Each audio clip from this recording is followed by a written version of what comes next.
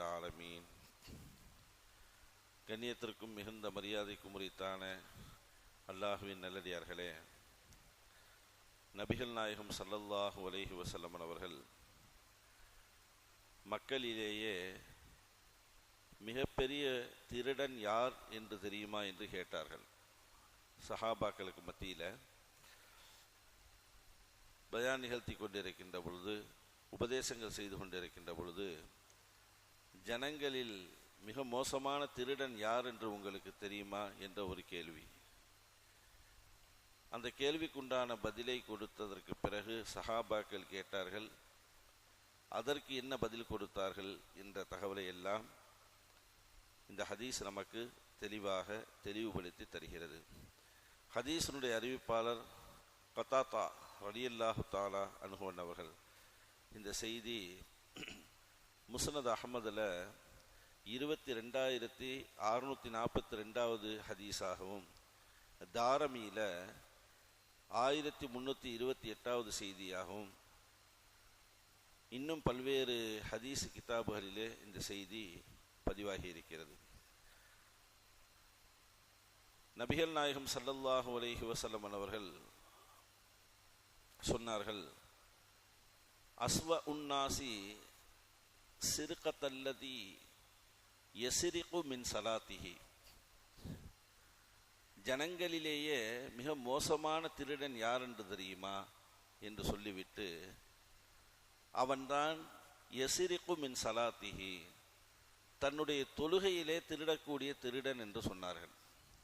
நாம் தொழக்கூடிய அந்த தொழுகையில் திருடக்கூடிய திருட்டுத்தான் மிகப்பெரிய திருடு என்பதாக சொல்கின்ற தருணத்திலே சஹாபாக்கள் எல்லாம் காலு யா ரசூல் அல்லாஹ், அல்லாஹுவின் தூதரே, வ கைஃப யஸ்ரிகு மின் சலாத்திஹி, தொழுகையில் எப்படி திருட முடியும்னு கேட்டாங்க சஹாபாக்கள். நபி ஸல்லல்லாஹு அலைஹி வஸல்லம் தொழுகையில் எப்படி திருட முடியும் அப்படின்னு. பொதுவாகவே நம்முடைய கண்ணோட்டத்தில் திருடு என்பது ஒரு பொருளை எடுப்பது, ஒரு பணத்தை எடுப்பது, இது மாதிரி பொருட்கள் சம்பந்தப்பட்ட விஷயங்களை நம்ம தெரிஞ்சிருக்கோம். மார்க்கம் அதற்குண்டான தண்டனைகளுடைய அளவுகோலை நமக்கு சொல்லித்தரும்.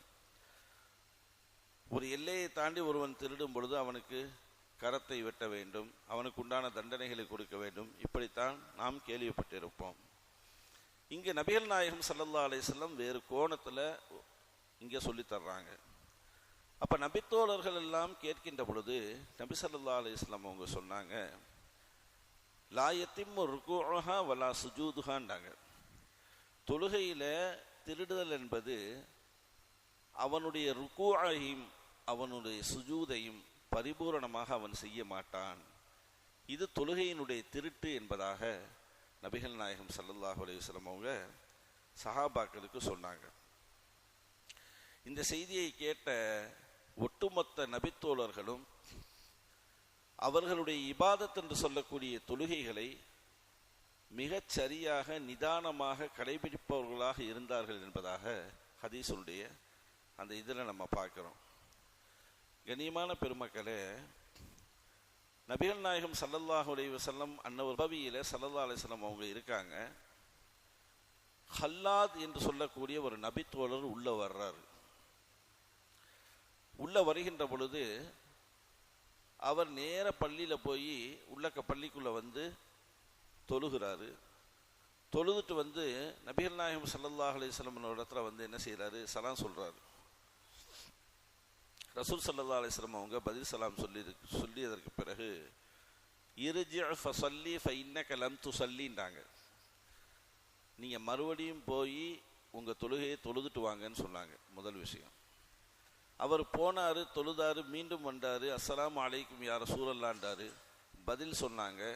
சொன்னதற்கு பிறகு சொன்னாங்க இர்ஜி ஃபஸல்லி ஃபஇன்னக லம் துஸல்லி அப்படின்னு சொன்னாங்க. மறுபடியும் போங்க, போய் தொழுதுட்டு வாங்க அப்படின்னு சொன்னாங்க.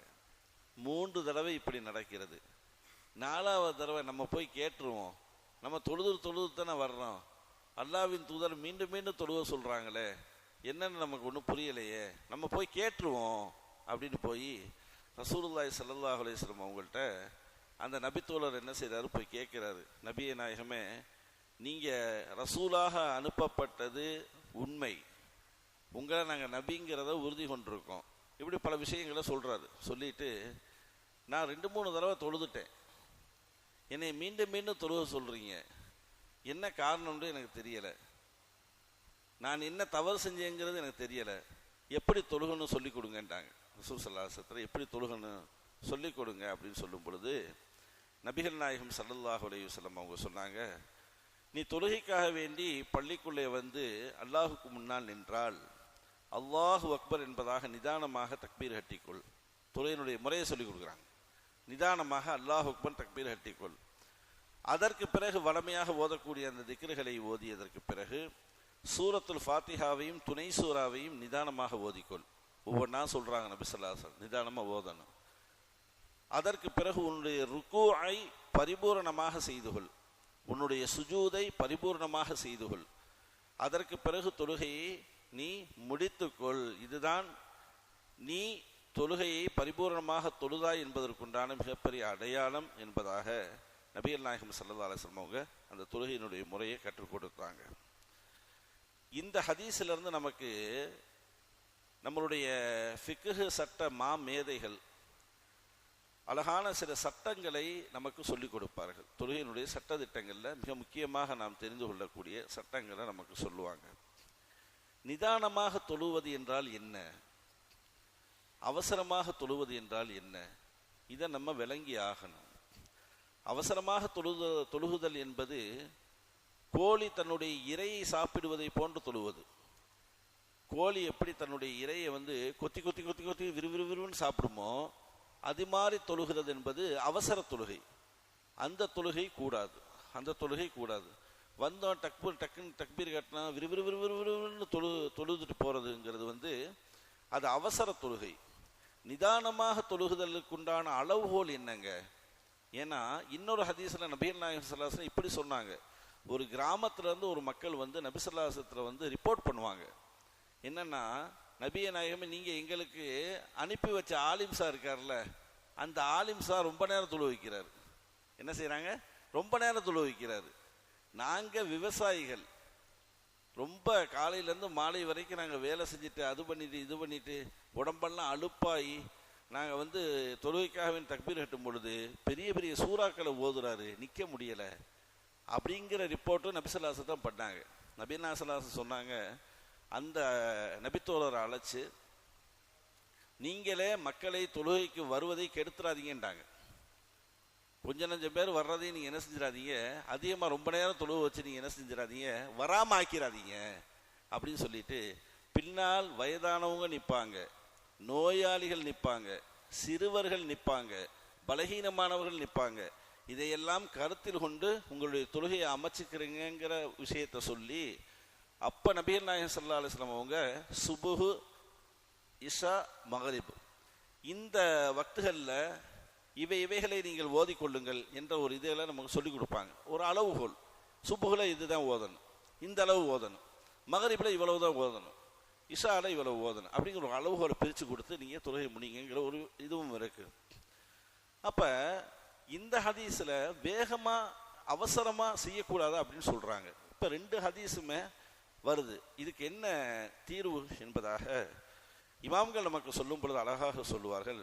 நிதான தொழுகை என்பது, நிதானமாக தொழுகை என்பது, அவசரமில்லாத தொழுகை என்பது என்னவென்றால், தொழுகையில் நாம் தக்பீர் கட்டிவிட்டு சனா ஓதியதற்கு பிறகு சூரத்துல் ஃபாத்திஹாவை மடமடமடமடமடன்னு ஓதாம நிதானமாக ஓத வேண்டும். நிதானமாக வேண்டால் ரொம்பவும் ஸ்லோ இல்லாமல் ரொம்பவும் வேகம் இல்லாமல் ஒரு நடுத்தரமான முறையில் சூரத்துல் ஃபாத்திஹாவும் துணை சூறா ஓதியதற்கு பிறகு ருக்கூவு சுஜூதில் 3 தடவை சுப்ஹான ரப்பியல் அதீம், சுப்ஹான ரப்பியல் அதீம், சுப்ஹான ரப்பியல் அதீம், இந்த 3 தடவை நீங்கள் அதை ஓதிட்டாலே உங்களுக்கு நிதானமாயிரும். பரிபூர்ண தொழுகையாக அது உங்களுக்கு கணிக்கப்பட்டுவிடும். சுஜூதில் சுப்ஹான ரப்பியல் அலா வ பிஹம்திஹி சேர்த்துக்கலாம், அல்லது சுப்ஹான ரப்பியல் அலா மட்டும் சொல்லிக்கொள்ளலாம். இந்த 2க்குமே நமக்கு அனுமதி இருக்குது.